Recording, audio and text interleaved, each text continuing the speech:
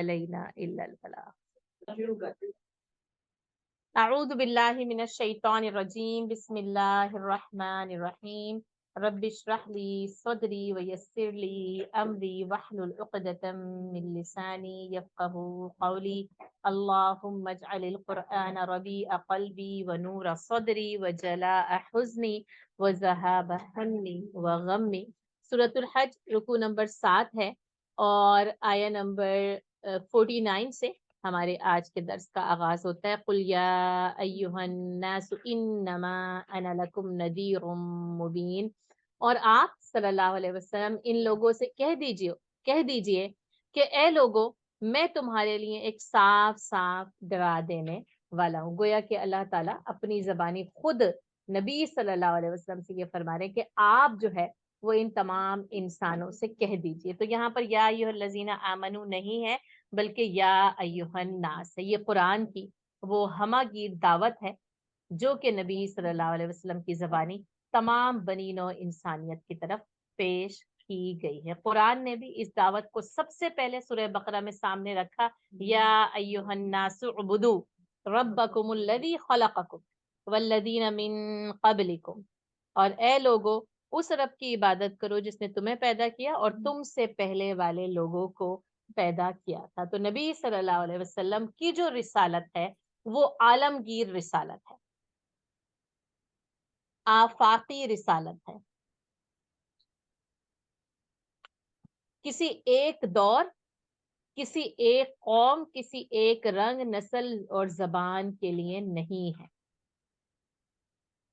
بلکہ جس وقت سے نبی صلی اللہ علیہ وسلم کو مبعوث کیا گیا اس وقت سے لے کر قیامت تک، یعنی اس دنیا کی آخری گھڑی تک، نبی صلی اللہ علیہ وسلم کی رسالت تمام بنی نوع انسان کی طرف ہے۔ تو اسی سے یعنی ہم یہ کہہ سکتے ہیں کہ آپ صلی اللہ علیہ وسلم کی جو دعوت ہے وہ عالمگیر ہے، ہمہ گیر ہے تمام انسانیت کے لیے۔ تو آپ صلی اللہ علیہ وسلم کو تمام بنی نوع انسان کی طرف رسول بنا کر بھیجا گیا۔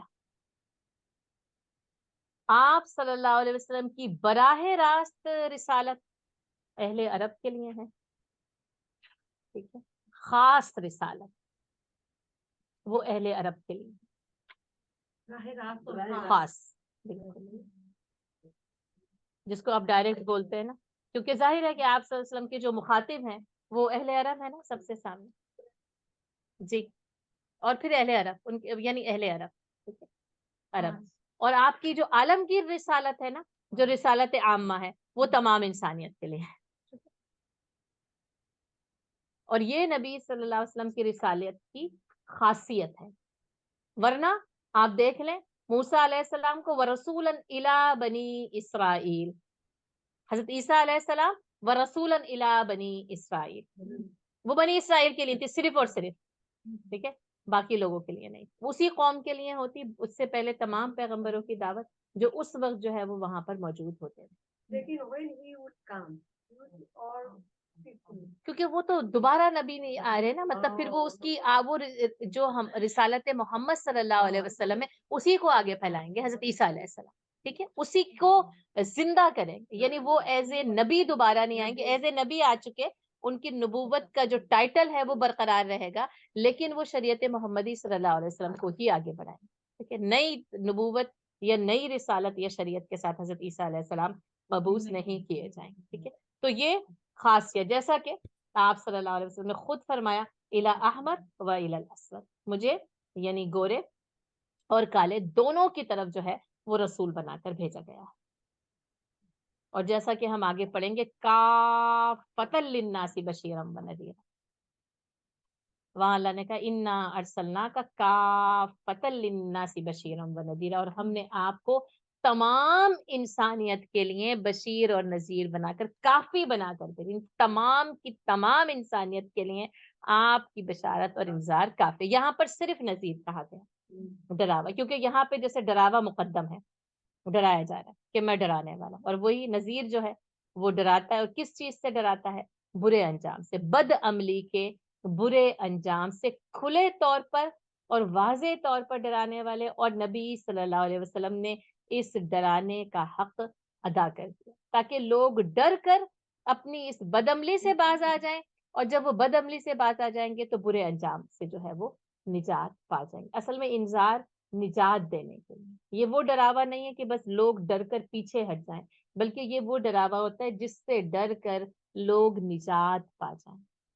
اور اس لیے آپ صلی اللہ علیہ وسلم نے خود کہا کہ سنو، میں نے تمہیں جو ہے وہ ڈرا دیا، اور قرآن خود کہتا ہے فَأَنذَرْتُكُمْ نَارًا تَلَظَّىٰ، اور بس جو ہے وہ میں نے تمہیں ڈرا دیا اس بھڑکتی ہوئی آگ سے، تاکہ لوگ جو ہے اس بد عملی کے برے انجام سے بچ جائیں۔ تو کہا جا رہا ہے کہ تمام انسانیت کو یہ پیغام دے دیں، انما انا لکم نذیر مبین، کہ میں تمہارے لیے ایک کھلا اور واضح طور پر ڈرانے والا بنا کر بھیجا گیا ہوں۔ اور اسی لیے کہا کہ انذار مقدم ہے، ویسے رسول بشیر بھی ہوتا ہے، نذیر بھی ہوتا ہے، لیکن نہ انذار مقدم ہوتا ہے، کیونکہ وہ انسان، انسانی فطرت، انسانی نفسیات جو ڈر کر جو ہے نا وہ اپنا کام، کیونکہ وہ ڈراوا آپ دیکھیں کہ خوف جو ہے وہ انسان سے کیسے کیسے کام جو ہے وہ لے، ایک طرف بشارت، خوشخبریاں اس سے وہ کام لے لیتی ہیں، اور ایک طرف جو ڈراوا ہے نا وہ جب اس کے دماغ پر، اس کے جسم پر جب طاری ہوتا ہے تو پھر وہ بہت سارے ایسے برے کاموں کو چھوڑ دینے میں کامیاب ہو جاتا ہے جو عام طور پر جن کاموں کو وہ چھوڑنے کے لیے راضی نہیں ہوتا۔ اس لیے نذیر مبین، کھلم کھلا صاف اور واضح طور پر جو ہے نا وہ ڈراوا ضرور، یہ ایک جس کو کہتے ہیں نا ایک ایب نارمل تھنکنگ ہوتی ہے کہ بس ڈرایا ہی کیوں جاتا ہے نا، بلکہ نارمل تھنکنگ کیا ہے کہ ڈراوا اور بشارت دونوں جو ہے نا وہ ساتھ ساتھ چلتے ہیں، جہاں جنت کا ذکر ہے وہاں جہنم کا ذکر جو ہے وہ ضرور آئے گا، کیونکہ وہ بشارت ہے اور وہ ڈراوا ہے کہ جس سے لوگ ڈریں اور بچنے میں کامیاب ہو جائیں۔ فالذین آمنوا وعملوا الصالحات، اور پس وہ لوگ جو ایمان لائیں گے، کیونکہ بتا دیا میں ہوں ڈرانا، جو ان کے اوپر ایمان لے آئیں گے، پس وہ لوگ جو کہ اس دعوت کے اوپر ایمان لے کر آ جائیں، وعملوا الصالحات، اور عمل صالح کریں، لہم مغفرۃ ورزق کریم، ان کے لیے مغفرت ہے اور رزق کریم ہے۔ ایمان کے بدلے نا مغفرت ملتی ہے، اور اعمال صالح کے بدلے رزق کریم ملتا ہے، ان دونوں کا آپس میں یہ کنیکشن ہے، یہ ربط ہے۔ ایمان کیا کرتا ہے، یعنی آپ دیکھیں نبی صلی اللہ علیہ وسلم نے فرمایا جو کوئی اسلام لے آتا ہے کیا کرتا ہے، اس کے سابقہ گناہ منہدم ہو جاتا ہے نا، دور جاہلیت کی تمام جو ہے نا وہ برائیاں اس سے ساقط کر دی جاتی ہیں، اس کی غلطیاں جو ہے وہ اس سے مٹا دی جاتی ہیں۔ تو ایمان کے بدلے کیا ملتی ہے، مغفرت ملتی ہے، اور پھر اس سے آگے کا جو قدم ہے نا اعمال صالح، ان کے بدلے یہ رزق کریم ملتا ہے، باعزت رزق اور رزق۔ اب دیکھیں ایک تو رزق ہے اور اس کے ساتھ کیا ہے، وہ کریم ہو، عزت کے ساتھ جو ہے وہ مل، اور آپ دیکھیں ہر کوئی جو ہے وہ یعنی عزت پسند ہوتا ہے، عزت چاہتا ہے، تو اصل عزت جو ہے نا وہ پھر جنت میں جا کر ملے۔ اور ویسے دنیا میں بھی اللہ تعالیٰ نے کہہ دیا کہ وَلِلَّهِ الْعِزَّةُ وَلِرَسُولِهِ وَلِلْمُؤْمِنِينَ جَمِيعًا، تمام کی تمام جتنی بھی عزت ہے نا اللہ کے لیے، اللہ کے رسول کے لیے اور اہل ایمان کے لیے، جمعیت کے ساتھ پوری کی پوری اجتماعی طور پر۔ اور پھر جنت میں جو عزت ہے اور یہ کہ باعزت طریقے سے یہ رزق کریم جو ہے وہ ملے گا، یہ رزق کی جو ہے وہ خصوصیت بتائی جا رہی ہے، مرکب توصیفی ہے رزق کریم، ٹھیک ہے ٹھیک ہے، تو یہ ہے مغفرت اور رزق کریم، باعزت رزق ان کو عطا کیا، اور یہ اعمال صالح کے بدلے ملتا ہے، یار ایمان کے بدلے بس مغفرت مل جائے گی، لیکن مغفرت سے آگے جو چاہیے نا وہ اعمال صالح کے بدلے ملتا ہے۔ ایمان اور عمل صالح لازم اور ملزم ہے، ایمان کا لازمی نتیجہ یہ ہے کہ انسان نیک اعمال کرنے لگتا ہے، اور نیک اعمال کے بغیر ایمان یعنی بے نتیجہ ثابت ہوتا ہے، اور ایمان کے بغیر عمل صالح بے نتیجہ ثابت ہوتا ہے، پھر رزق کریم ملے گا، ہاں ہاں ایمان لائے تو مغفرت ہوئی نا، بالکل صحیح۔ مراتب اور درجات کیسے ملیں گے، اعمال صالح کریں گے تو رزق کریم ملے گا، باعزت رزق ملے گا۔ مغفرت کے بعد کا ہے، مغفرت سے پہلے کچھ نہیں ملنے والا، اوکے اوکے، ہاں نہیں وہ تو ہے، یہ کہ یہ تو دنیاوی رزق ہے نا، یہ تو دنیاوی رزق ہے نا، اصل جو ایمان اور عمل صالح کا جو اصل پھل ہے وہ تو جنت میں جا کے ملنا ہے، قیامت میں جا کے ملنا ہے۔ اچھا، اور یہ یاد رکھ لیں مغفرت سے پہلے کچھ بھی نہیں ملنے والا ہے، پھر گناہوں کی مغفرت ہوگی، معافی ہوگی تو آگے بڑھا جائے گا، ٹھیک ہے، ایمان کیا کرے گا، مغفرت کا باعث بن جائے گا، ٹھیک ہے، لیکن اعمال صالح پھر وہ جو درجات اور مراتب میں جو بلندی ہے نا وہ اعمال صالح کے سبب جو ہے مغفرت ہوتی ہے، اور آپ ایمان کے بعد ہی استغفار پڑھتے ہیں، ہم تو پیدا ہوئے ہم سے ایمان والے تھے نا. ہاں تو الحمدللہ. الحمدللہ. ہوں. تو یہ جو ہے کہ ایمان لائے تو یہ کیا وہ جو باہر سے آ رہے ہیں؟ نہیں سب جو ایمان لانے کی حالت میں ایمان لے کر پیدا ہوئے نا, یعنی ایمان لانے کی حالت میں پیدا ہوئے, انہوں نے ایکسپٹ کیا ہے نا. جس نے بھی اس دعوت کو سمجھ لیا اور قبول کر لیا, بس وہ ہو گئے ایمان والے. ٹھیک ہے نا, آمن. پھر عمل صالح سے یہ جو رزق کریم کے درجات کی بلندی ہے نا مراتب, اب آپ یوں سمجھ لیں کہ صحابہ ہونے کی حیثیت سے تو سب یکساں ہیں, ٹھیک ہے, رسول ہونے کی حیثیت سے بھی سب یکساں ہیں, لا نفرق بین احد من رسل, ہے نا. لیکن پھر وہ مراتب ہے نا, کوئی ابراہیم علیہ السلام بنے گا, کوئی نوح علیہ السلام, کوئی موسیٰ علیہ السلام, کوئی عیسیٰ علیہ السلام, کوئی رسول اللہ صلی اللہ علیہ وسلم. اسی طرح صحابہ کرام میں بھی دیکھیں, صحابہ ہونے کی حیثیت سے, ایمان لانے کی حیثیت سے تو پھر سب کو آپ یکساں قرار دیں. اب پھر اس کے بعد پھر ابو بکر صدیق, پھر عمر فاروق, پھر حضرت علی, حضرت عثمان, پھر حضرت عبد الرحمن بن عوف, پھر زبیر بن عوام, پھر آپ نام لیتے چلے جائیں, ہے نا. اعمال صالح سے درجات اور مراتب عالیہ میں بلندی ہوتی ہے, اور اسی کے نتیجے میں پھر رزق کریم جو ہے وہ ملتا ہے. ٹھیک ہے, کریم جو ہے جنت ہے, ہم نے سامنے بتایا تھا کہ یہ جنت کا جنت کا رزق, بالکل بالکل. یہ تو ایک عام طور پر ہے نا, دنیاوی طور پر. اب آپ دیکھیں, یعنی کوئی غیر مسلم بھی بڑی عزت کے ساتھ رزق کما رہا ہے اور بڑی شدت کے ساتھ کما رہا ہے. سب سے ٹاپ لیول پہ کون ہے؟ کاؤنٹڈ تو وہی ہے نا جو کہ ایمان نہیں لے کے آئے نا. تو دنیا کا رزق اس کے اندر شامل نہیں ہے, یہ یاد رکھیں. ویسے اللہ وہ نعمتیں دنیا کا رزق بھی دے دیتا ہے, وہ پھر اہل ایمان کو سب سے کم بھی مل سکتا ہے. ٹھیک ہے, لیسٹ نہیں جنت کا رزق کریم جنت کا ہے نا, رزق کریم جنت کا ہے. ٹھیک ہے نا. اب دنیا میں دیکھ لیں جو رزق ہے تو وہ تو سب سے ٹاپ 10 جو ہے وہ سارے جو ہے وہ جن جو ایمان نہیں لے کر آئے نا, تو نہ مغفرت ہوئی تو نہ ہی رزق. یہ تو مغفرت کے بعد رزق کریم ہے نا, تو نہ ان کو مغفرت ملنی ہے نہ رزق کریم ملنا. اب دوسری بات سمجھ لیں, اعمال صالح ایمان کے بغیر بے نتیجہ ثابت ہوں گے, کیونکہ اعمال صالح تو وہ بھی کر رہے ہیں جس کو آپ ویلفیئر کا کام کہتے ہیں, چیریٹی کہتے ہیں, کچھ انسانیت کو بھلائی پہنچانے کے کام تو وہ بھی کریں, عمل صالح کی فہرست میں آتے ہیں, لیکن ایمان کے ساتھ ہوں گے تو کامیابی ہوگی. ٹھیک ہے, اور ایمان ہے اور عمل صالح نہیں ہے تو تب ایمان کا نتیجہ جو ہے وہ نہیں مل سکتا جو ملنا چاہیے, اور اعمال صالح ایمان کے بغیر ہو تو بھی نتیجہ جو ہے, یہ دونوں چیزیں ملتی ہیں نا تو پھر مغفرت اور رزق. اب یوں سوچیں کہ قیامت میں مغفرت تو ہو گئی لیکن کھڑے میں کوئی جنت نہیں ملی, رزق کریم نہیں ملا, کیونکہ بس ایمان تھا, عمل صالح نہیں تھے. تو پھر خالی ہاتھ رہ جائیں. تو ایمان کے ساتھ اسی لیے اللہ نے بار بار آمنو وعملوا الصالحات, آمنو وعملوا الصالحات. نہیں جائیں گے, نہیں جائیں گے نا. ٹھیک ہے نا, یہ عمل صالح کے ساتھ جو ہے نا وہ آپ کو ملے گا جو بھی کچھ ایمان کے ساتھ عمل صالح لازم اور ملزوم. اس لیے یہ نا ایمان کے مطلب ایمان ہو نہیں سکتا کہ کوئی مومن ہو اور عمل صالح نہیں. پھر وہی بات, اب کوئی مومن ہوگا اس نے کوئی عمل صالح تو کرے ہوں گے نا, مطلب پھر وہ کسی وقت تو نماز پڑھی لی ہوگی, رمضان کے روزے, کوئی حج, کوئی زکوٰۃ, کوئی عمرہ, کوئی اچھا کا, پھر ایمان کے ساتھ آپ نے کسی مہمان کی مہمانداری کی ہی ہوگی نا, یعنی وہ جو ملے گا وہ اسی عمل صالح کے نتیجے میں مل رہا ہوگا جو کچھ نہ کچھ, اور جس نے جتنے زیادہ کیے ہوں گے اس کا لیول اور درجات اور مراتب جو ہے وہ اتنے ہی زیادہ بلند ہوتے چلے جائیں. ٹھیک ہے, اور پھر یہ کہ جنت میں پھر رزق کریم ہے نا, بڑی باعزت رزق ہے جو اللہ تعالیٰ جو ہے نا وہ عطا کرے, اور پھر رزق کی جو تکمیل ہے نا وہ اس کے کریم ہونے کے ساتھ ساتھ ہو جاتی ہے, کیونکہ جنت میں نعمتوں کی تکمیل ہے. یہاں پر نعمتیں ہیں لیکن نعمتیں مکمل نہیں ہیں, صرف اس زمین پر جو نعمت مکمل ہوئی ہے وہ نعمت ہدایت کی. میں تو بہت ساری چیزیں آتی ہیں, یہ کسی نے آپ مجھے ڈیٹیل میں میں کیا کیا آتا ہے, ساری نعمتیں رزق کے اندر آ جاتی ہیں, صرف کھانا نہیں آتا, یعنی فوڈ نہیں آتا, جس کو ہم رزق صرف فوڈ کو سمجھتے ہیں نا, تو فوڈ نہیں آتا. ساری جتنی بھی دنیاوی اور آخروی نعمت ہو سب کے لیے رزق کا لفظ ہے استعمال ہوتا ہے. ٹھیک ہے, تو یہاں پہ بھی صرف وہ رزق فوڈ مراد نہیں ہے, بلکہ جنت کی تمام جو ہے نا وہ نعمتیں, اور جیسا کہ وہ جنات النعیم ہے نعمتوں سے بھری ہوئی ہیں, لیکن یہ کہ وہ کریم ہوں گی, عزت کے ساتھ جو ہے وہ عطا کی جائیں, اور اصل عزت نہ انہی لوگوں کو ملے گی جو اس دن جنت میں داخل کیے جائیں. اصل عزت نہ انہی اہل ایمان کی ہے جو جنت میں داخل کیے جائیں, اور اگر کوئی اہل ایمان ہونے کے باوجود جنت میں داخل نہ کیا گیا تو اس کے لیے ہے وہ آخرت کی رسوائی, جس کے لیے کہا گیا نا کہ اس دن لوگوں کو جو ذلیل اور رسوا کیا جائے گا نا, تو اصل رسوائی کس چیز کی ہے کہ ایمان لانے کے باوجود جنت میں داخل نہ کیا جائے.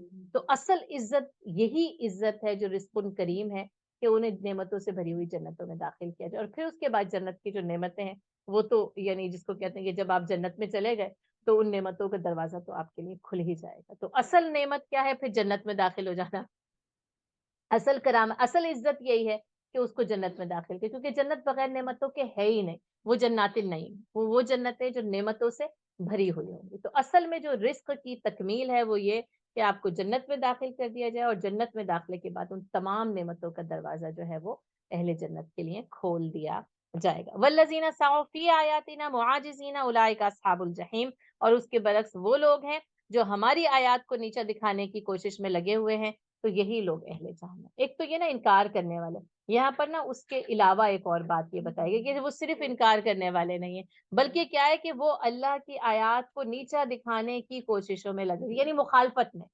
ان کا سارا زور کیا ہے کہ حق جو ہے اس کو غلبہ نہ ملے, حق جو ہے وہ نیچے آ جائے. اور آپ کو بتا دیا کہ سورۃ الحج جو ہے وہ پھر اسلام کے غلبے کی جو ہے نا وہ خوشخبری دیتی ہے, اور پورے اسلام کو یعنی دعوت اسلام کو مکمل طور پر جو ہے وہ بیان کرتی ہے. جب یہ دعوت پیش کی جاتی ہے تو کچھ لوگ ہیں والذین سعوا فی آیاتنا, جو کہ اللہ کی یہ جو آیات جو قرآن کے اندر نازل کی جاتی ہیں, جو دعوت ان آیات کے تحت دی جاتی ہے, اس کو نیچا دکھانے کی یعنی مخالفت کر رہے ہیں.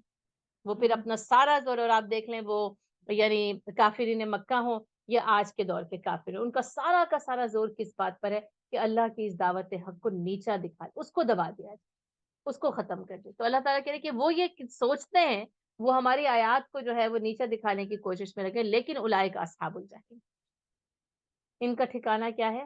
دوزخ. یہ دوزخ کے ساتھ, یہ سب سے برا ساتھ ہے جو اللہ تعالیٰ نے قرآن میں بتایا کہ وہ دوزخ کے ساتھ, یعنی ان کا جو الٹیمیٹ جس کو کہتے ہیں نا, ان کا جو انجام ہے نا, بس ان کو جہنم کے اندر جانا ہے. جب وہ دنیا میں جتنی یہ کوششیں کر لیں یا وقتی طور پر ان کو کامیابی بھی نظر آ جائے, یعنی ابو جہل نے کوئی کم ظلم و ستم نہیں کیا, فرعون نے کچھ کم جو ہے وہ تکبر کا مظاہرہ اور ظلم و ستم کا مظاہرہ نہیں کیا, لیکن اولئک اصحاب الجحیم, حقیقت کیا ہے کہ یہی ہیں جن کو جو ہے وہ دوزخ ملنے والی ہے. وما ارسلنا من قبلک من رسول ولا نبی, اور نہیں آیا ہم نے آپ سے پہلے جو بھی رسول یا نبی بھیجا, من قبلک آپ سے پہلے. اچھا, دونوں ارسال کیے جاتے ہیں, رسول اور نبی.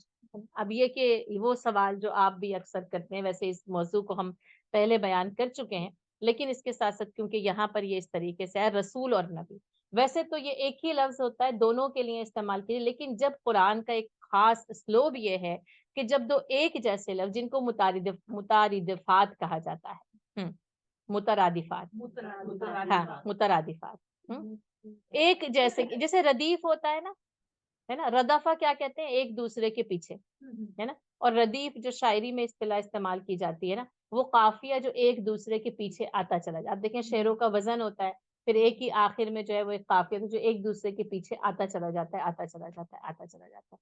تو یہ جو مترادفات ہوتے ہیں یہ ایک دوسرے کے بجائے استعمال کیے جاتے ہیں, ٹھیک ہے. لیکن جب یہ دو ایک ساتھ آ جائیں تو ان دونوں کے معنوں کا جو اختلاف ہوتا ہے نا وہ واضح ہو کر یہاں پر سامنے آئے, ٹھیک ہے. تو رسول اور نبی دو الگ الگ شخصیتیں نہیں ہیں, لیکن یہ کہ جیسا کہ ہمیں نبی صلی اللہ علیہ وسلم کی حدیث سے پتہ چلتا ہے کہ 313 رسول آئے ہیں, ٹھیک ہے, جو کہ حسن اتفاق غزوہ بدر میں صحابہ کرام کی تعداد, اور 1,24,000 انبیاء کرام, جو کہ حسن اتفاق حجۃ الوداع کے موقع پر صحابہ کرام کی تعداد, اہل ایمان کی تعداد. تو اس سے یہ پتہ چلتا ہے کہ رسولوں کی تعداد کم, مختصر, اور انبیاء کرام کی تعداد جو ہے وہ زیادہ تھی. جیسے ہمیں عبداللہ بن مسعود رضی اللہ تعالیٰ عنہ کی ایک روایت سے پتہ چلتا ہے کہ بنی اسرائیل نے ایک دن میں 300 انبیاء کرام کو قتل کیا. اب سوچ سکتے ہیں ان کے دل کتنے سخت اس وقت بھی تھے اور آج بھی ہیں. ان کو کوئی دکھ نہیں, جب انبیاء کرام کو قتل کر سکتی ہے جو قوم, تو اس کے لیے تو ایک عام لوگوں کو اور سویلینز کو قتل کرنا تو کوئی معنی رکھتا ہی نہیں. ایک دن میں 300 انبیاء کرام کو قتل کیا, اور شام کے وقت وہ بازار میں ایسے تھے جیسے کچھ ہوا ہی نہیں, بازار میں خرید و فروخت کر رہے تھے. اچھا, اب کیا ہے اس کی پھر دوسری حدیث کو سنیں تو آپ صلی اللہ علیہ وسلم نے فرمایا میری قوم کے علماء بنی اسرائیل کے انبیاء کی مانند ہیں. ٹھیک ہے. اب آپ دیکھیں علماء کی تعداد کتنی کثرت سے ہوتی ہے نا. اب ظاہر 300 400 500 600 کتنے بھی ہو سکتے. تو وہ جو انبیاء کرام تھے نا، جیسے کہ وہ ہماری قوم میں یعنی امت مسلمہ میں علماء کرام، اس طریقے سے بنی اسرائیل میں انبیاء کرام کا جو ہے وہ نزول ہوا ہے. تو یہ کہ رسول اور نبی اس کے دو الگ الگ مفاہیم ہیں، یعنی یہ الگ الگ جو ہے وہ معنی رکھتے ہیں. ویسے دونوں بھیجے گئے ہیں. ٹھیک ہے. رسول پھر ارسلنا ارسال کیا ہوا، نبی خبر دینے والا ہوتا ہے. ٹھیک ہے. تو اس میں یاد رکھ لیں نبی عام ہے، رسول خاص ہے. نبی قتل کیے گئے، رسول قتل نہیں کیے گئے. ٹھیک ہے. حضرت عیسیٰ علیہ السلام کو قتل کرنے کی پوری سازش ہے، پھانسی پہ چڑھا دیا نا اپنی دانش میں تو، لیکن اللہ کہتا ہے وما قتلوہ وما صلبوہ ولکن شبہ لہم. نہ ان کو قتل کیا، نہ ان کو صلیب پر چڑھایا، بلکہ ان کو شبہات میں ڈال. ٹھیک ہے. تو رسول قتل نہیں کیے گئے، نبی قتل کیے. اس لیے وہ مثال کہ ایک دن میں 300 انبیاء کرام کو وہ قتل کر دیتے ہیں. آپ دیکھیں حضرت زکریا علیہ السلام جو ہے، حضرت یحییٰ علیہ السلام نبی تھے، قتل کر دیے گئے. حضرت عیسیٰ علیہ السلام رسول تھے، قتل نہیں کیے. ٹھیک ہے. تو بس رسولوں کو جیسے ایک خاص معاملہ ہوتا ہے، تو یہ کہ انبیاء کرام کی تعداد اسی طرح ان کا جو یعنی قوم میں جو ان کی حیثیت ہوتی ہے نا، ایک مصلح کی سی ہوتی ہے، ایک عالم کی ہوتی ہے، لیکن ان پر وحی کی جاتی ہے. یاد رکھیں. رسول نہیں، نبی کی بات کریں. نبی عام ہے، قتل کر دیے گئے. ٹھیک ہے. ان کی حیثیت ایک مصلح کی، جس کو آپ ایک ریفارمر کہتے ہیں، قوم کی اصلاح کرنے والے کی ہوتی ہے، لیکن ان کے اوپر وحی کی جاتی ہے. عام جو عالم ہوتا ہے، عام جو مصلح ہوتا ہے، عام جو ریفارمر ہوتا ہے، اس کے اوپر وحی نہیں کی جاتی. لیکن نبی کی خاصیت کیا ہے؟ نبی کو یعنی علماء کرام سے جو بات ممتاز کرتی ہے نا، وہ ان پر کی جانے والی وحی ہے، ان پر اترنے والی وحی ہے کہ ان پر وحی کی جاتی ہے. اللہ اکبر، اللہ اکبر، اللہ اکبر. اللہ اللہ اکبر، اللہ اکبر. اللہ اکبر. اللہ اشہد ان لا الہ الا اللہ،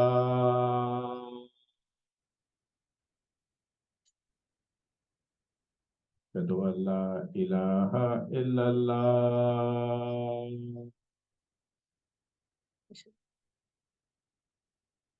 اشہد ان محمد رسول اللہ، اشہد ان محمد رسول اللہ. حی علی الصلاة، حی علی الصلاة، حی علی الفلاح،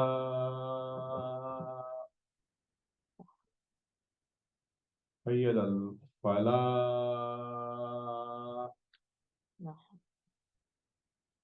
اللہ اکبر، اللہ اکبر، اللہ اکبر. لا الہ الا اللہ.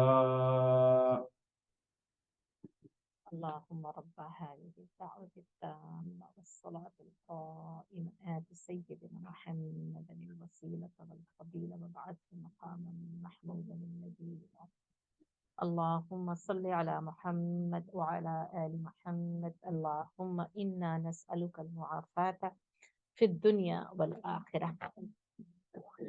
تو نبی قتل کیے گئے لیکن رسول قتل نہیں کیے گئے. نبی کی حیثیت ایک مصلح کی ہے، ایک ریفارمر کی ہے، جیسا کہ امت مسلمہ کے علماء کرام. لیکن ان علماء کرام پر وحی نہیں کی جاتی، لیکن انبیاء کرام پر وحی کی جاتی. رسولوں پر کتابیں نازل کی گئیں، انبیاء کرام پر کتابیں نازل نہیں کی گئیں. کچھ صحائف کا ذکر ملتا ہے جیسے کتابچہ، یعنی کچھ ہدایات. رسول صاحب شریعت ہوتا ہے، نبی صاحب شریعت نہیں ہوتا. وہ اپنے سے پہلے والے رسول کی شریعت کو نافذ کرنے کا کام انجام دیتا ہے.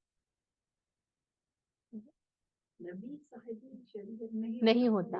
رسول صاحب کتاب ہوتا ہے, ٹھیک ہے, صاحب شریعت ہوتا ہے, کیونکہ جس کو کتاب دی گئی, کتاب میں شریعت دی گئی, ٹھیک ہے. تو دونوں باتیں ایک دوسرے سے کنیکٹڈ ہیں, لیکن آپ دونوں الگ الگ جملے لکھیں گے کہ رسول صاحب کتاب ہوتا ہے, رسول صاحب شریعت ہوتا ہے, نبی صاحب کتاب نہیں ہوتا, لیکن اپنے سے ما قبل, اپنے سے پہلے والے رسول کی شریعت کو نافذ کرتا ہے.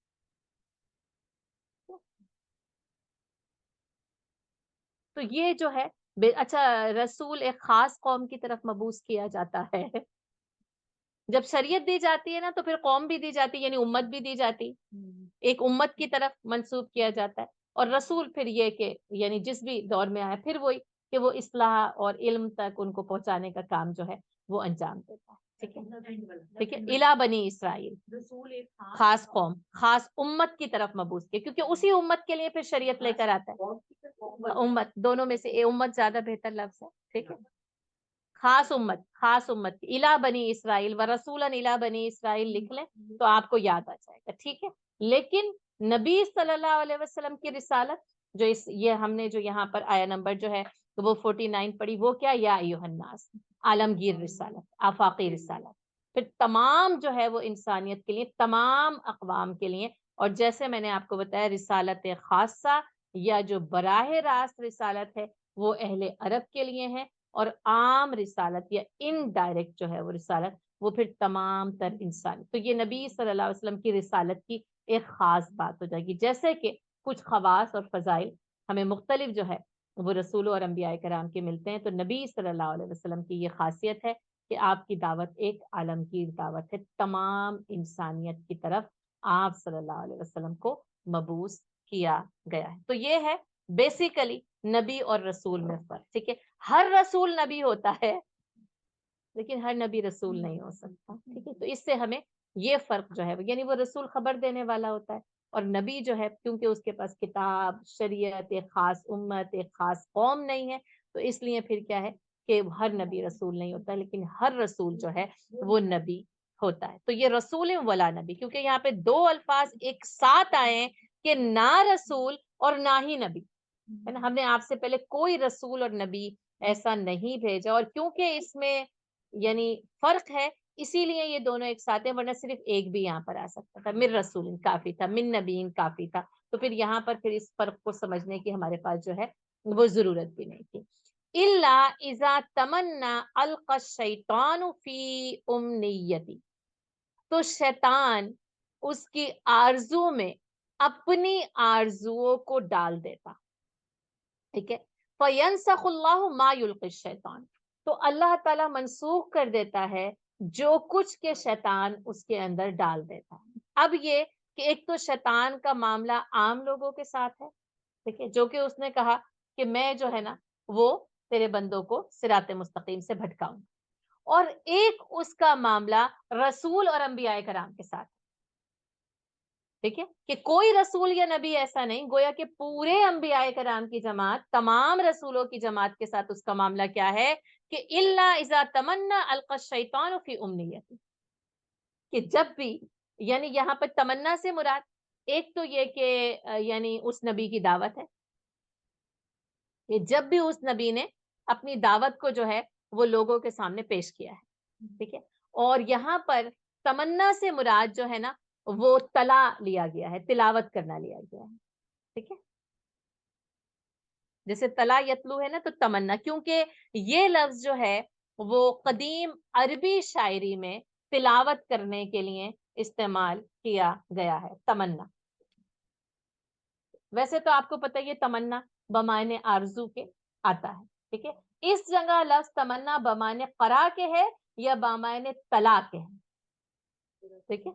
تلا اور قرت ہے نا, قرا پڑھنا یا یہ کہ تلاوت کرنے کے, یعنی جب نبی اپنی کتاب کی تلاوت کرتا ہے, اپنی کتاب کی قرت کرتا ہے, تو پھر کیا ہوتا ہے, القى الشیطان فی امنیتی, تو شیطان اپنی آرزوؤں کی اس میں ملاوٹ کر دیتا ہے, یا پھر امنیتی کا لفظ بمعنی قرات کے لیا گیا, وہ اپنی قرات کو نبی کی تلاوت یا نبی کی قرات کے ساتھ ملا کر جو ہے وہ پیش کر دیتا ہے. تو شیطان کا معاملہ خاص طور پر رسولوں اور نبیوں کے ساتھ کیا ہے کہ وہ ان کی دعوت حق میں ملاوٹ کی کوشش کرتا ہے. کسی طریقے سے اس حق کو جب لوگوں کے سامنے پیش کیا جائے تو لوگوں کے سامنے اس طریقے سے پیش کیا جائے کہ لوگ جو ہے وہ اس کو فوری طور پر قبول. ایک تو لوگوں کے صراط مستقیم پر آنے کی راہ میں وہ رکاوٹ بنتا ہے, سمجھے, اور اس طرح سے کیا ہے رسول اور نبی کی دعوت حق جو لوگوں تک پہنچے اس کی راہ میں وہ رکاوٹ بنتا ہے. تو ایک رکاوٹ یہ کہ جو دعوت پیش کی جا رہی ہے فی امنیتی وہ اس میں اپنی آرزوؤں کو ملا کر لوگوں کے سامنے پیش کر دیتا ہے. اور دوسری بات جو میں نے آپ کو تلا اور قرا کے جو ہے وہ جیسے کہ مفسرین نے کہا کہ یہ بامعنی تلا یعنی کہ پڑھنا یا بامعنی قرا پڑھنے کے ہے, اور پھر وہ کیا کرتا ہے اس کے اندر اپنی قرات کی, اپنے پڑھنے کی, اپنی تلاوت کی جو ہے وہ آمیزش کرتا ہے. اس موقع پر مفسرین کرام نے جو ہے وہ واقع غرانیق کو نقل کیا ہے, جو کہ ہم جو ہے وہ الحمدللہ اللہ کا شکر ہے کہ ہم نے رحیق المختوم یعنی کہ نبی صلی اللہ علیہ وسلم کی جو ہے وہ سیرت کا مطالعہ کیا. اس کے اندر جو ہے ہم یہ واقع غرانیق جو ہے وہ پڑھ کر آئے ہیں, ٹھیک ہے, کہ جب کہ ہجرت حبشہ ہو گئی تھی, ٹھیک ہے, اور اس کے بعد نبی صلی اللہ علیہ وسلم نے اہل ایمان کے سامنے, اور جس کے اندر جو ہے وہ کفار مکہ بھی موجود تھے, سورہ نجم کی تلاوت کی, ٹھیک ہے, سورۃ النجم کی تلاوت کی. اور آپ صلی اللہ علیہ وسلم نے جو ہے وہ پوری کی پوری جو ہے وہ سورہ نجم کی تلاوت کی, اور تلاوت کرنے کے بعد جب آپ صلی اللہ علیہ وسلم جو ہے وہ اس کی آخری آیت پر پہنچے نا, فَاسْجُدُوا لِلَّهِ وَاعْبُدُوا, کہ تم اللہ کا جو ہے وہ سجدہ کرو اور اس کی عبادت کرو, تو شیطان نے آپ صلی اللہ علیہ وسلم کی قرات میں جو ملاوٹ کی تھی نا وہ یہ تھی کہ تلک الغرانیق العلی, ہے نا, اور لترجہن شفاعت لترجا, کہ ان کی طرف جو ہے نا شفاعت کے لیے رجوع کیا جاتا ہے, اور یہ ہیں ساری کے ساری جو ہے یعنی یہ بت جو کہ بنائے گئے ہیں. تو یعنی شیطان نے, اور یہ کہ وہ آپ صلی اللہ علیہ وسلم کی آواز میں ملاوٹ نہیں, بلکہ آپ صلی اللہ علیہ وسلم جب یہ فرمایا کہ فَاسْجُدُوا لِلَّهِ وَاعْبُدُوا, تو اس نے یہ بات جو ہے نا وہ لوگوں کے سامنے پیش کی, اور اس نے اپنی آواز کو ایسے بنا کے پیش کیا جیسے رسول اللہ صلی اللہ علیہ وسلم کی آواز, ٹھیک ہے. کفار مکہ سارے کے سارے بے اختیار سجدے میں گر پڑے. وہ آتا نا اخنس بن شریح نہیں جھکا تو اس نے بس مٹی کو اٹھا کے اپنے جو ہے نا وہ سر پر ہی لگا لی, اور یہ خبر پہنچی ہجرت حبشہ میں وہاں پر حبشہ کے مسلمانوں کو, اور انہوں نے سوچا کہ سارے کافرین مکہ نے سجدہ بھی کر لیا, مسلمان ہو گئے, وہ واپس پلٹ آئے. اور جب کہ وہ قریب تھے تو انہیں پتہ چلا کہ ایسے نہیں ہے, تو کچھ تو واپس ہی پلٹ گئے, جس کو کہا جاتا ہے کہ انہوں نے تیسری بار ہجرت کی.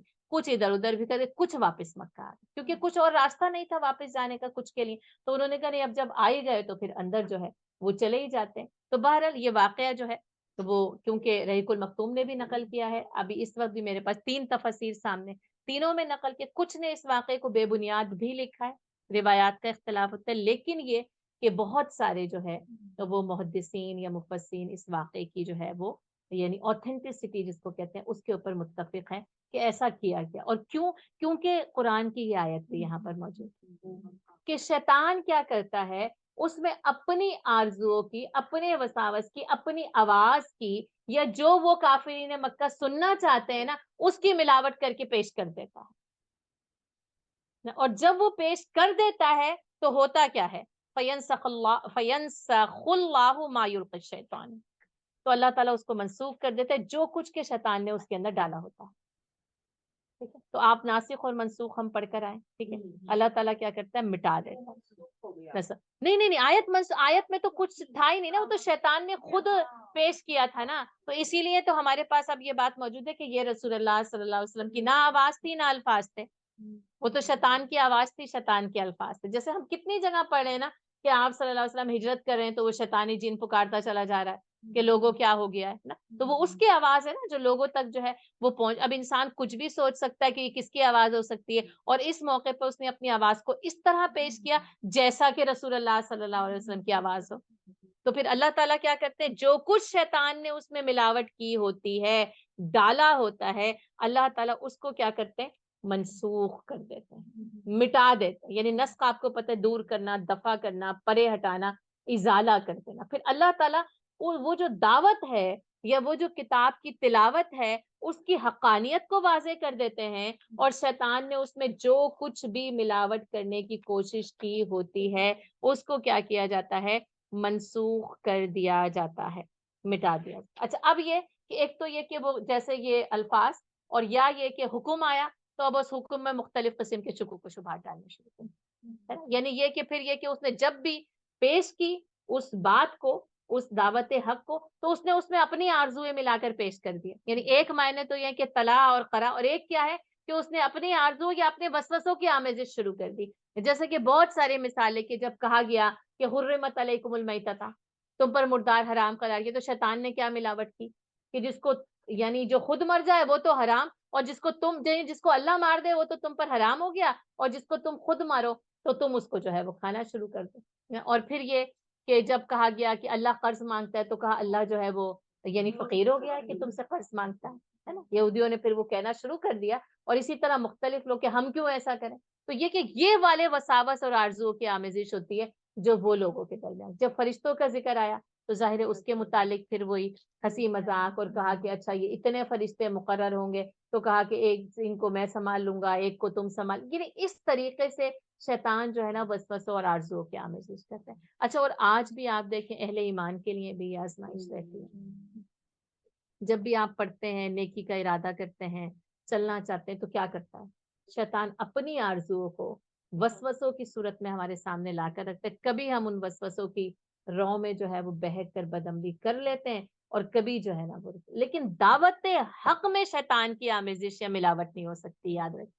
وہ کوشش سب کی اس نے، اور سارے رسول اور نبی، اللہ کہتے ہیں ہوا ہی نہیں من قبل کا من رسول ولا نبی. حضرت نوح علیہ السلام کے ساتھ دیکھ لیں، حضرت ابراہیم علیہ السلام کے ساتھ دیکھ لیں. کل ہی ہم قربانی کا قصہ پڑھ رہے تھے، تو وہی جو شیطان راستوں میں آ کے روکتا ہے، وہ تو ہر موقع پر جال بچھاتا ہے اور آرزو میں الجھاتا ہے. اس نے جو کہا نا کہ میں کیا کروں گا، ان کو ان کی آرزوؤں میں الجھاؤں گا. اور یہ آرزویں نا اس کی اپنی فی امنیتی، یہ شیطان کی اپنی آرزویں ہیں کہ صراط مستقیم سے اس طریقے سے بھٹکا جائے. وہ اپنی آرزوؤں کو وساوس کی صورت میں اہل ایمان کے سامنے بھی لا کر ڈالتا ہے، اور پھر کیا ہوتا ہے ہم اس کی آرزوؤں میں الجھ جاتے ہیں. فی امنیتی، یہ شیطان کی آرزو ہیں، یہ اس کے وساوس. ہم اس کی آرزوؤں میں الجھتے ہیں تو پھر ہم اس کو اپنی آرزو بنا لیتے ہیں. یہ انسان کی فطرت کی اصل آواز نہیں ہے، یہ شیطان کی ملاوٹ ہے جو وہ ہم وساوس کے ذریعے ہمارے اوپر اثر انداز ہوتا ہے، اور ان وساوس کو ہماری آرزویں بنا دیتا ہے. یہ وہ الجھاؤ ہوتا ہے، یہ وہ بہکاؤ ہوتا ہے جس میں شیطان نہ دعوت حق کے بالمقابل جب وہ کھڑا ہوتا ہے نا تو وہ اس طریقے سے الجھاتا ہے. لیکن دعوت حق خالص، صاف، محکم، فینسخ اللہ ما یلقی الشیطان ثم یحکم اللہ آیاتہ. تو جو کچھ بھی وہ جو براہ راست جو وہ ملاوٹ کرنے کی کوشش کر رہا ہوتا ہے، اللہ اس کو دور کرتا ہے، دفع کرتا ہے، پرے ہٹاتا ہے، اور پھر اللہ اپنی آیات کو محکم کر دیتا ہے. یہ ہم سورہ آل عمران میں پڑھ کر ہیں، منہ آیاتم محکمات. اس کے محکم آیتیں جو ہے نا دراصل قرآن کی جو بنیاد ہے، جو فاؤنڈیشن ہے، جو دعوت حق کی. اور کہا کہ منہ آیاتم محکمات و اخر متشابہات. ہاں متشابہات بھی ہیں، لیکن دراصل میں جو محکم آیتیں ہیں نا قرآن کی. اور متشابہات سے مراد یہ نہیں ہے کہ وہ کسی شیطان کی ملاوٹ کی وجہ سے، بلکہ یہ کہ وہ اللہ کی اپنی حکمت عملی کی وجہ سے ایک تو ملتی جلتی، یا یہ کہ ان کا مطلب جو ہے وہ سمجھنے میں انسان کو جو ہے وہ تھوڑا سا یعنی تعویل یا تعبیر کر کے اس کو سمجھنا پڑتا ہے. لیکن اصل میں جو دین حق کی بنیاد ہے نا وہ یحکم اللہ آیات محکمات ہے نا. اور وہاں ہم نے پڑھ لیا فَأَمَّا الَّذِينَ فِي قُلُوبِهِمْ زَيْغٌ فَيَتَّبِعُونَ مَا تَشَابَهَ مِنْهُ ابْتِغَاءَ الْفِتْنَةِ وَابْتِغَاءَ تَأْوِيلِهِ. اور جن کے دلوں میں ٹیڑھ ہے نا وہی اس کی جو ہے نا وہ متشابہات کو تلاش کرنے کی فکر میں رہتے ہیں تاکہ فتنہ تلاش کریں، تاکہ اس کی کوئی تعویل تلاش کریں. وَمَا يَعْلَمُ تَأْوِيلَهُ إِلَّا اللَّهُ. اور اللہ کے سوا اس کی تعویل کوئی نہیں جانتا. وَالرَّاسِخُونَ فِي الْعِلْمِ. اور جو کہ راسخ فی العلم، وہ کہتے ہیں یقولون کل آمنا وکل من عند ربنا، یقولون آمنا بھی وکل من عند ربنا. اور وہ سب کا سب کچھ کیا ہے؟ وہ اللہ کی طرف. اور پھر دعا ہمیں کیا بتائی؟ ربنا لا تزغ قلوبنا بعد اذ هديتنا وهب لنا من لدنك رحمة انك انت الوهاب. اللہ ہمارے دلوں کو ہدایت کے بعد ٹیڑھ میں مبتلا، یہ نا امنیتی کے ذریعے ٹیڑھ میں مبتلا کرتا ہے. اور وہ ٹیڑھ پھر کیا ہے؟ ظاہر ہے وہ سیدھی راہ کی طرف نہیں لے کے جاتا، وہ جو ہے وہ ٹیڑھی راہ کی طرف ہی لے کے جاتا. تو اللہ تعالیٰ پھر کیا کرتے ہیں؟ ثم یحکم اللہ آیات، اللہ تعالیٰ اپنی آیات کو محکم کر. یہ ساری یہ جو قرآن کے اندر جو موجود محکم ہے، اس میں شیطان نے جو بھی کوششیں کی ہوں اس کو اللہ تعالیٰ نے دور کر دیا، دفع کر دیا، پرے ہٹا دیا. اب وہ وساوس کے ذریعے اور بہکاووں کے ذریعے الجھاتا رہے گا پوری یعنی انسانیت کو قیامت تک کے لیے، لیکن رسول اور نبی کے ساتھ اس کا خاص بہکاوے کا یہ معاملہ. اور ہم سوچ سکتے ہیں جب وہ عام لوگوں کو صراط مستقیم سے ہٹانے کی ایسی کوشش کرتا ہے تو اس نے پیغمبروں کو کتنی کوشش کی ہوگی. کیونکہ زیادہ زور تو پھر وہی کہ یہ تو خود ہی شیطان بنے ہوئے، ان کو کیا بہکانا ہے نا. اس کا اصل زور تو پھر وہی ہوتا ہے بڑے بڑے علماء کرام کے اوپر، بڑے بڑے ائمہ کرام کے اوپر، بڑے بڑے اولیاء کرام کے اوپر نا، کہ جو اللہ کے لیے اپنے آپ کو خالص کرتے ہیں تو وہ چاہتا ہے کہ یہ خالص نہ کرے. تو انبیاء کرام کی دعوت کے ساتھ اس نے اپنا پوری جو طاقت، قوت اور زور، اور یہ جو سارے کے سارے مخالفین حق ہمیں نظر آتے ہیں نا، یعنی فرعون سے لے کر اور حضرت ابراہیم علیہ السلام کے باپ سے لے کر اور قارون اور حامان اور نبی صلی اللہ علیہ وسلم کے دور، یہ سب کے سب شیطان کے پیروکار ہیں. ان کے ذریعے شیطان اپنا وار کرتا ہے. تو آپ دیکھ لیں پھر دعوت حق کی جو مخالفت ہے نا، وہ شیطان اس کے پیچھے نا ریڑھ کی ہڈی کی حیثیت جو ہے وہ شیطان رکھتا ہے، کہ تاکہ اس دعوت حق کا مقابلہ کیا جا سکے، اس کو نیچا کرنے کے لیے وہ سارا کا سارا زور نا مخالفین حق کی طرف سے جو ہے وہ لگاتا ہے.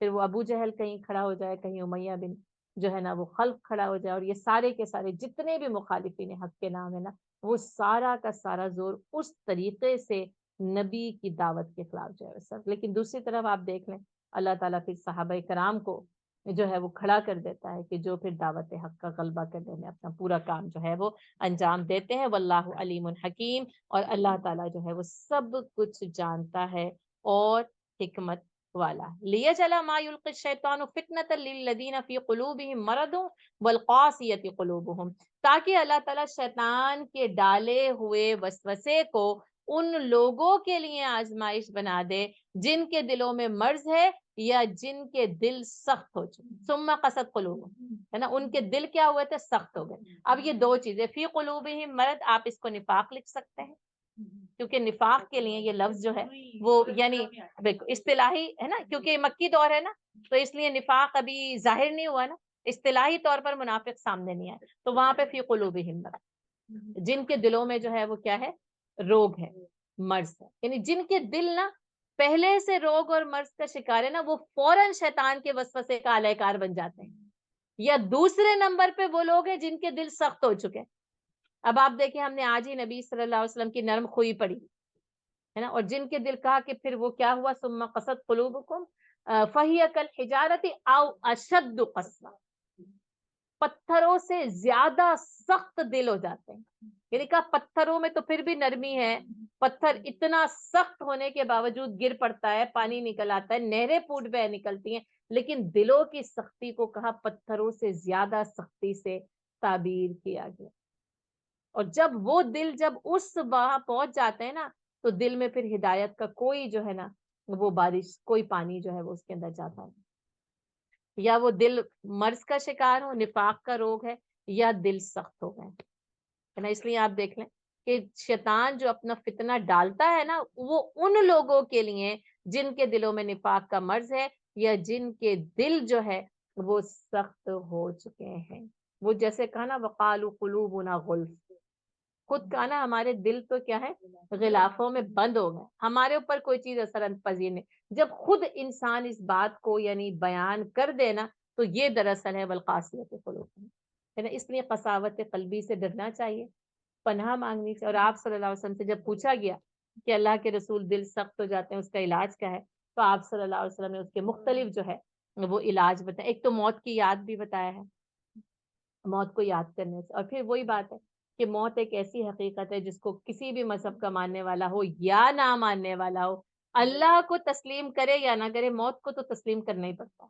ایک ایسی حقیقت ہے نا، اور اسی حقانیت سے اللہ کی حقیقت کی طرف بھی پہنچا جا سکتا ہے. لیکن پھر وہی کہ لوگ جو ہے وہ حقیقت سے آنکھیں بند کے، لیکن موت کی حقیقت سے انکار نہیں کر سکتے نا.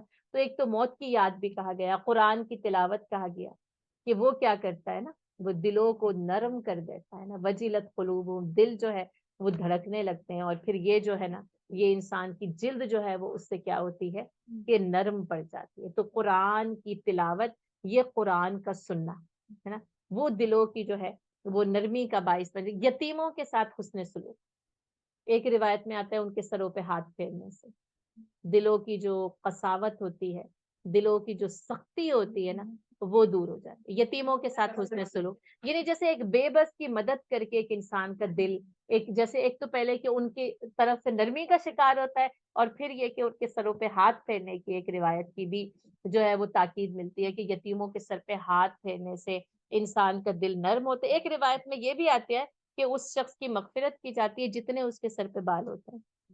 ٹھیک ہے، ایک روایت میں یہ الفاظ بھی ہمیں مل جاتے ہیں. تو اللہ تعالیٰ نا مغفرت کی جیسے بہانے ہیں، مجھے لگتا ہے ایک مطلب اس کی عنایات ہیں کہ بس اپنے بندوں پر برسنے کے لیے ہر وقت تیار ہے نا. یعنی قربانی کے جانوروں کے ہر بال کے بدلے نیکیاں دے دیتا ہے اللہ تعالیٰ. یعنی بس اس کی عنایات ہیں.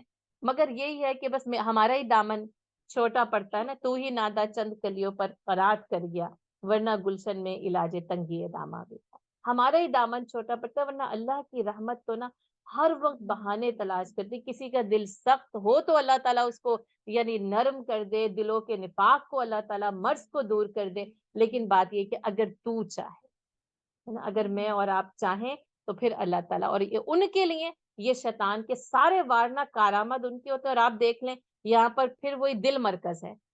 دونوں باتیں کس کی بتائی گئی ہیں؟ دل کی. اگر پورے قرآن سے نا اس کا نچوڑ نکالے نا دلوں کا، تو آپ کے پاس اتنا مواد آ جائے گا کہ دل کے متعلق اللہ تعالیٰ نے کیا کیا کچھ کہا ہے نا. اور ابھی آگے آنے والا ہے اس کو وہاں پر زیادہ فَتُخْبِتَ لَهُ قُلُوبُهُمْ. ٹھیک ہے، آگے یہ آنے والا ہے. صحیح. ان دو دلوں کے مقابلے میں جو دل آیا نا وہ فَتُخْبِتَ لَهُ قُلُوبُهُمْ آیا.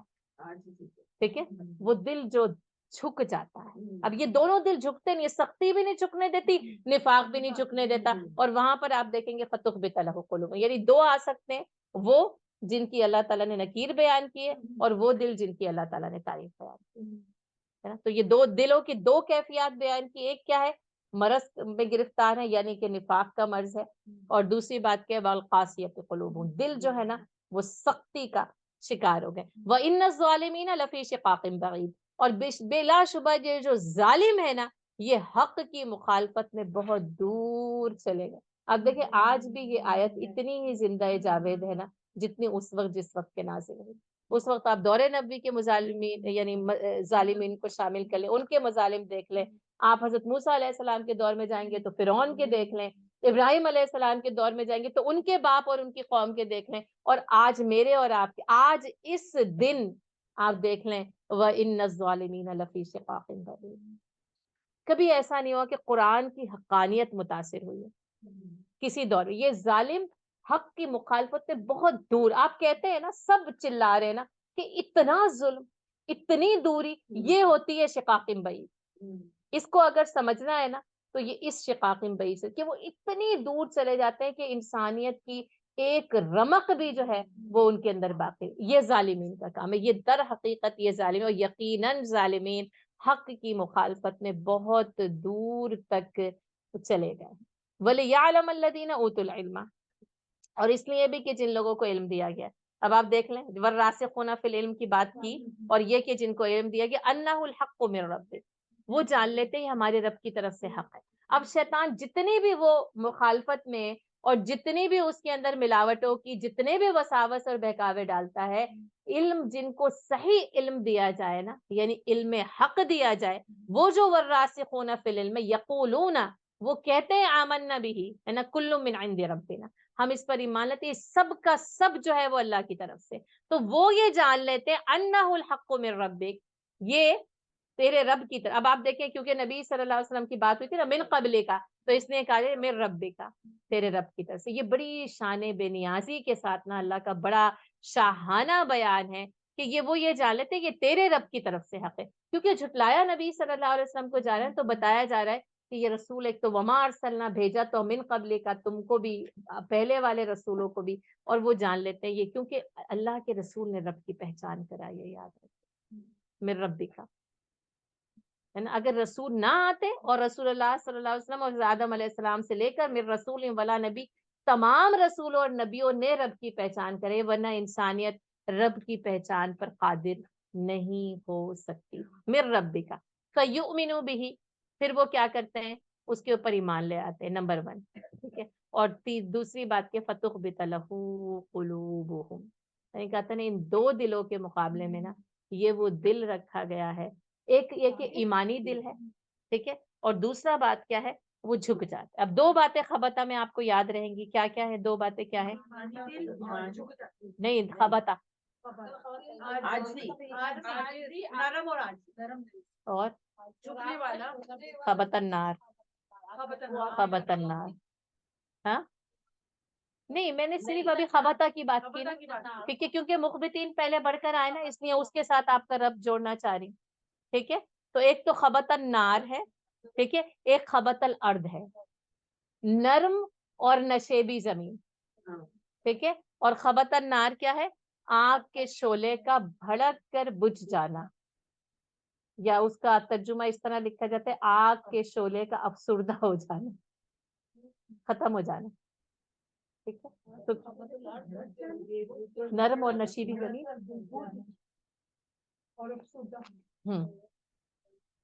کیونکہ آگ کی افسردگی یہی ہے نا کہ وہ بجھ جائے، ختم ہو جائے، تو کیا ہے کہ جیسے آگ یعنی تندی اور تیزی کا ختم ہو جانا ہے نا، اور نرم اور نشیبی زمین جیسے آپ کو کہتے ہیں نا ڈاؤن ٹو ارتھ، یہاں پہ پھر اس کو بریکٹ میں اب ڈاؤن ٹو ارتھ لکھیں کہ کوئی جو ہے وہ اپنے آپ کو عاجز بنا دیتا ہے، اپنے آپ کو جھکا دیتا ہے، اس کا جھکاؤ اللہ کی طرف ہوتا ہے، یاد رکھ، پھر وہ خبط الی الارض نہیں رہے گا، خبط الارض نہیں رہے گا، بلکہ اس کا جھکاؤ اللہ کے اپنے مزاج کی تیزی اور تندی کو یا اپنی انا کو اللہ کے آگے سپرد کر دینا، جھکا دینا، ختم کر دینا، ہے نا، بس فتخبت لہ قلوبہم، تو کیا ہوتا ہے فیؤمنوا بہ، وہ اس کے اوپر ایمان لے کر آتے ہیں، فتخبت لہ قلوبہم، اور پھر ان کے دل اس کی طرف جھک جاتے ہیں، نرمی، جھکاؤ، اپنی تندی، تیزی، مزاج کی تیزی کو، غصے کی شدت کو،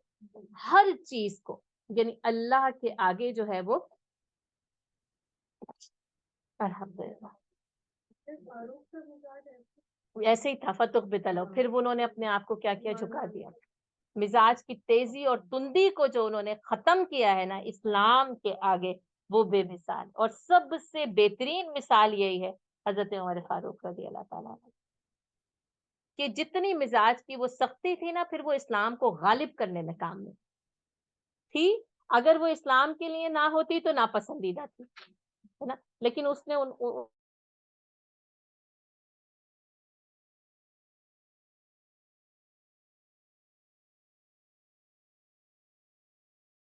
اس کے اندر جو ہے کام، حضرت ابوبکر صدیق رضی اللہ تعالیٰ عنہ میں نرمی غالب تھی، لیکن اسلامی قوانین کو نافذ کرنے میں وہ کیا ہوئے؟ وہ حضرت عمر رضی اللہ تعالیٰ عنہ سے زیادہ فرم ہو گئے، زیادہ فرم، کہ یہ کام جو ہے وہ کرنا ہی ہے، لیکن کیا ہے دل جو ہے نا بس اللہ کے آگے سرنڈر، میرا مزاج کچھ بھی ہے نا، میری چاہت کچھ بھی ہے، میرے حالات کیسے بھی ہیں کیوں نہ، میں عورت ہوں یا مرد ہوں، ہے نا، کچھ بھی ہوں، فرق نہیں پڑتا، بس کیا کرنا ہے اپنے دل کو نا اللہ کے حوالے کر دیا، اور پھر آپ دیکھیں کہ اللہ تعالیٰ آپ کو کیسے عطا کرتا ہے، کیسے نوازتا ہے، بس وہی ہے نا کہ جب سب کچھ آپ اللہ کے حوالے کر دینا بس پھر انسان بے فکر ہو، فتخبت لہ قلوب وَإِنَّ اللَّهَ لَهَادِ الَّذِينَ آمَنُوا إِلَىٰ صِرَاطٍ مُسْتَقِيمٍ، اور یقیناً پھر اللہ تعالیٰ کیا کرتے ہیں؟ ہدایت دے دیتے ہیں اہل ایمان کو إِلَىٰ صِرَاطٍ مُسْتَقِيمٍ۔ اور دیکھیں یہ دو باتیں، ایک تو پہلے تو علم ہے یعنی جاننا، اور جاننے سے مراد ظاہر ہے کہ پہچان ہے، تعارف ہے، اور پھر اس پہچان کے بعد ایمان لانا یعنی حق کو پہچان کر اس کو قبول کر لینا، تیسری بات اپنے دل کو جھکا دینا۔ اب اس کے بعد اللہ تعالیٰ کہتے ہیں ہم ان اہل ایمان کو صراط مستقیم کی طرف رہنمائی کرتے ہیں. یہ سب سے پہلے ہاں دیکھیں علم پہچان، حق کو جاننا، پہچان کے ساتھ ایمان لے آنا، ایمان لے آنے کے بعد کیا کرنا، فتخبت لہ قلوبہم. اس کے بعد اللہ تعالیٰ کہتے ہیں اور پھر یقیناً اللہ کرتے ہیں لہادی الذین آمنوا، اہل ایمان کو ہدایت دیتے ہیں الی صراط مستقیم.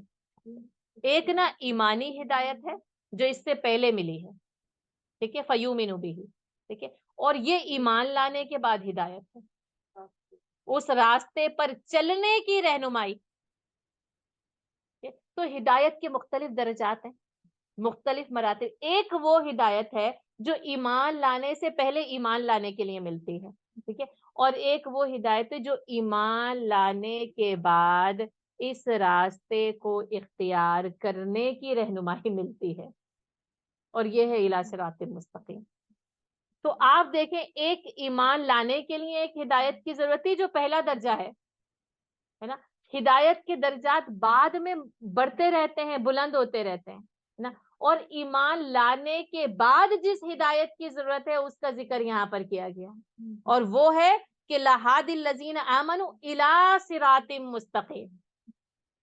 ایمان لانے کے بعد بھی انسان بھٹک سکتا ہے اور بھٹک جائے گا، یعنی پہلے تو وہ گمراہی ہے جو دلال مبین ہے، اور ایمان لانے کے بعد بھٹک جانا وہ ایک الگ گمراہی ہے. لیکن ایمان لانے کے بعد صراط مستقیم کے اوپر چلنا، یہ وہ رہنمائی اور ہدایت ہے جس کی اہل ایمان کو ہر قدم پہ ضرورت ہے. اور اس رہنمائی کے لیے چاہیے فتخبت لہ قلوبہم، ٹھیک ہے، صحیح ہے. اس ہدایت کے لیے چاہیے کہ دل جو ہے نا وہ اللہ کے حوالے ہو جائے، دل جھک جائے، اور یہ دل نا اللہ کے حوالے. آپ سوچیں نا ہم نے اپنے دل کو کن کن چیزوں کے حوالے کیا ہو، ذرا سوچیں. میں خود کبھی کبھی ایسے سوچتی ہوں نا، یہ دل کہیں یہاں لپکتا ہے، کہیں یہاں جھپک، کہیں یہاں اٹک جاتا ہے، کہیں اس چیز کو پسند کرتا ہے. لیکن دیکھیں جیسے دل کا قبلہ نا، اس کا مرکز نا بس اگر اللہ کی ذات بن جائے، ورنہ دل بھٹکتا رہتا ہے چاروں طرف. یہ ہماری، اس لیے ہم سیر نہیں ہوتے، اس لیے ہم نعمتوں کو عظیم نہیں سمجھتے، اس لیے ہم نعمتوں کی قدر نہیں کرتے کہ یہ دل جو ہے نا فتخبت لہ قلوبہم، بس وہ جھک جائے. اور جھکنے کا مطلب بس اپنے دل کو نا اللہ کے حوالے کا. اور پھر وہی میں کہوں گی کہ کیونکہ سورہ صافات پڑھے تھے ابراہیم علیہ السلام کا قصہ نا، اذ جاء ربہ بقلب سلیم، وہ اپنے رب کے پاس نا قلب سلیم لے کر آیا، بقلب منیب، وہ اپنے رب کے پاس رجوع کرنے والا دل لے کر آیا. یہ نا پھر انسان کا دل بنتا ہے، قلب سلیم بنتا ہے اور قلب منیب بنتا ہے جب آپ کیا کہتے ہیں فتخبت لہ قلوبہم، جب دل اللہ کے حوالے ہوتا ہے، جب دل نا اس کے آگے جھک جاتا ہے نا، جب ہم اپنے دل کو اللہ کے حوالے. اب ہم نے اپنے دل کو اتنی ساری چیزوں میں منقسم کیا ہوا ہے نا، اتنی سارے خانوں میں ہمارا دل بٹا ہوا ہے نا کہ ہم اس کو اللہ کے حوالے کر بھی نہیں سکتے. پھر اللہ ہمارے دل کا ہماری خواہشات کے ساتھ، یعنی اپنی مرضی سے سرنڈر کرنا، یہ یاد رکھے مطلوب یہ ہے. یہ جو ہے نا کہ پھر پہچان کے بعد فیؤمنوا بہ فتخبت لہ قلوبہم، وہ اس کے اوپر ایمان لاتے ہیں اور پھر وہ کر دیتے ہیں اپنے دل کو اس کے آگے جھکا دیتے ہیں، بس اس کے حوالے کرتے ہیں. پھر اللہ کیا کرتا ہے، پھر اللہ تعالیٰ یقیناً اہل ایمان کو صراط مستقیم کی طرف ہدایت دے. پھر آپ مانگے اہدنا الصراط المستقیم. اور پھر کیسے اللہ کہتے ہیں اور یقیناً اللہ ایسا کرتا ہے. اور جب اللہ کہتا ہے کہ اللہ کیسا کرتا ہے تو اللہ تعالیٰ لہادی الذین آمنوا الی صراط مستقیم، تو اللہ کہہ رہا ہے وَإِنَّ اللَّهَ لَهَادِ الَّذِينَ آمَنُوا إِلَىٰ صِرَاطٍ مُسْتَقِيمٍ. پھر ایسا کیسے ہو سکتا ہے کہ ہم اللہ سے صراط مستقیم مانگے اور اللہ ہمیں صراط مستقیم نہ دے؟ پھر ایسا کیسے ہو سکتا ہے کہ ہم اس کے راستے پر چلنا چاہیں اور اللہ نہ، اللہ کہتے ہیں اور یقیناً اللہ پھر ہدایت دیتا ہے اہل ایمان کو الی صراط مستقیم، وہ ان کو صراط مستقیم کی طرف ہدایت دے دیتا. اور آپ دیکھیں پھر ہمیں حکم بھی یہی دیا گیا کہ مانگے، اور جب مانگا جاتا ہے تو اللہ عطا کرتے. روزانہ ہم دن میں 5 وقت پابندی کے ساتھ پڑھنے والے ہر رکعت میں اللہ تعالیٰ سے یہ مانگتے اہدنا الصراط المستقیم، اور نہ اس کے باوجود نا سلام پھیر کے نا بس ایسے ایسے ایسے ایسے بھٹکتے جاتے سیدھے. ہاں نہیں پتہ ہے بس وہ دل سے وہ آواز نہیں نکلتی نا، فتخبت لہ قلوبہم، اس لیے کہ اللہ نے فیصلہ کیا ہے نا کہ اللہ اہل ایمان کو صراط مستقیم کی طرف ہدایت دیں گے. لیکن بات وہی ہے کہ جب آپ شعوری طور پر چاہتے ہیں، جب آپ طلب کرتے ہیں، جب آپ اس کی طرف ہاتھ بڑھاتے ہیں، جب آپ جاتے ہیں اس کی طرف، تو اللہ تعالیٰ پھر کیا کرتا ہے، پھر اللہ تعالیٰ راستے جو ہے نا کشادہ. پھر ایسا ہو نہیں سکتا کہ آپ کو صراط مستقیم کا راستہ نہ ملے.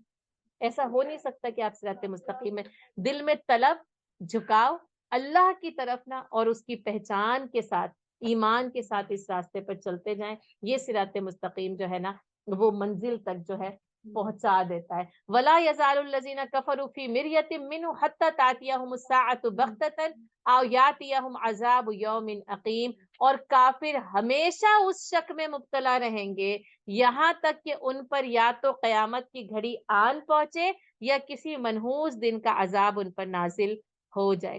کافر جو ہے وہ ہمیشہ اس دعوت حق کے متعلق شک میں پڑے رہیں گے. وہاں پہ کیا ہے، اللہ تعالیٰ ان آیات کو محکم کر دیتا ہے نا، اور جو شیطان ہے وہ فتنے میں مبتلا کرے. کن کو، فی قلوبہم مرض والقاسیۃ فی قلوبہم، جن کے دلوں میں مرض ہے یا جن کے دل جو ہے نا وہ سخت ہو گئے. پھر اللہ تعالیٰ نے بتایا کہ وہ جن کے دل نرم ہو کر اللہ کے حوالے ہو جاتے ہیں، اللہ ان کی صراط مستقیم کی طرف رہنمائی کرتا ہے. پھر وہی مضمون ہے. اور کافر ہمیشہ اس دعوت حق کے متعلق شکوک و شبہات میں مبتلا رہیں گے. کب تک؟ یہاں تک کہ قیامت کی گھڑی آ جائے.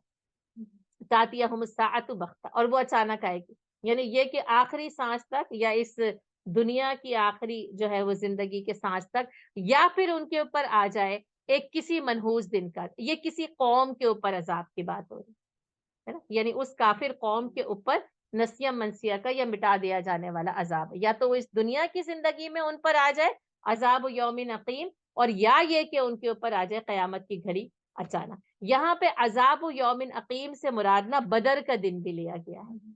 ٹھیک ہے، مفسرین کرام نے اس دن کو یوم بدر قرار دیا کیونکہ کافروں کے لیے یہ عذاب یوم عقیم تھا. ٹھیک ہے، کیونکہ ان کی جڑ جو ہے وہ کاٹ دی گئی تھی نا، لیحق الحق بکلماتہ ولیقطع دابر الکافرین. اور اس لیے کہ اس دن جو ہے وہ کافروں کی جڑ کاٹ دی گئی، تو اس لیے اس سے مراد جو ہے نا وہ یوم بدر لیا گیا ہے. ٹھیک ہے، اور ویسے یہ کہ یعنی جیسے یہ قیامت کا دن، اور یا یہ کہ کسی بھی قوم پر عذاب کا دن. لیکن کفار مکہ پر عذاب کے دن سے مراد جو ہے وہ بدر کا دن. اس نے کہا کہ وہ بھی ان کے لیے اللہ کے عذاب کا سب سے بڑا دن تھا، جس میں حق کو فتح ہوئی تھی اور باطل کو شکست فاش ہوئی تھی. اور الملک یومئذ للہ، اور اس دن حکومت اللہ ہی کی ہوگی. جس الساعۃ بغتہ یعنی اس دن بھی، اور عذاب یوم عقیم یعنی کسی قوم کے اوپر تباہی کا عذاب. تو اس دن حکومت صرف اور صرف کیا ہوگی؟ اللہ کی ہوگی. یحکم بینہم، جو کہ ان کے درمیان فیصلہ کر دے گا. فالذین آمنوا وعملوا الصالحات فی جنات النعیم، تو بس جو لوگ ایمان لائے اور نیک عمل کیے وہ ہوں گے نعمت بھری جنتوں میں. یہ مضمون ابھی ہم نے پڑھا کہ جو ایمان لائے اور عمل صالح کے لیے، ان کے لیے لہم مغفرہ ورزق کریم ہے نا. تو اب آپ دیکھیں فی جنات النعیم، اب یہاں پہ یہ کہ بس وہ نعمتوں بھری جنتوں میں داخل کر دیے جائیں گے. والذین کفروا وکذبوا بآیاتنا، اور جنہوں نے کفر کیا اور ہماری آیات کو جھٹلایا، فاولئک لہم عذاب مہین. اسی وقت میں نے آپ کو یہ بتایا تھا نا کہ وہ رسوائی اب یہاں پر یہ واضح ہو گئی ہے نا. اور جنہوں نے کفر کیا اور ہماری آیات کو جھٹلایا، ان کے لیے کیا ہوگا؟ رسوا کن عذاب. اور پھر وہی کہ سب سے بڑی رسوائی یہی ہے کہ انسان کو جہنم میں داخل کر دیا جائے، اور سب سے بڑی کامیابی یہی ہے نا. اور کہا نا کہ اور جس کو بچا لیا گیا جہنم کی آگ سے اور داخل کر دیا وَأُدْخِلَ الْجَنَّةَ فَقَدْ فَازَ، پس وہ کامیاب ہو گئے جو کہ بچائے. اور جو نہیں بچایا گیا فَأُولَئِكَ لَهُمْ عَذَابٌ مُّهِينٌ، تو ان کے لیے رسوا کن عذاب. یہ ذلیل اور رسوا کن عذاب کیا ہے؟ کہ کسی شخص کو جہنم میں داخل کیا. اور کن کے لیے؟ جنہوں نے کفر کیا اور ہماری آیات کو جھٹلایا. اچھا، اس سے پہلے ہم نے پڑھ لیا والذین سعوا بآیاتنا، ہے نا، کہ جو ہماری آیات کو نیچا دکھانے کی کوششوں میں لگے رہتے ہیں نا، تو ان کے لیے بھی جو ہے وہ اللہ تعالیٰ نے جو کہا تھا کہ یہی اولئک اصحاب الجحیم ہے. اور یہاں پر کیا ہے کہ جھٹلایا ہماری آیات کو اور انکار کیا، تو فاولئک لہم عذاب مہین، ان کے لیے رسوا کن عذاب ہے. وما علینا الا البلاغ. الحمد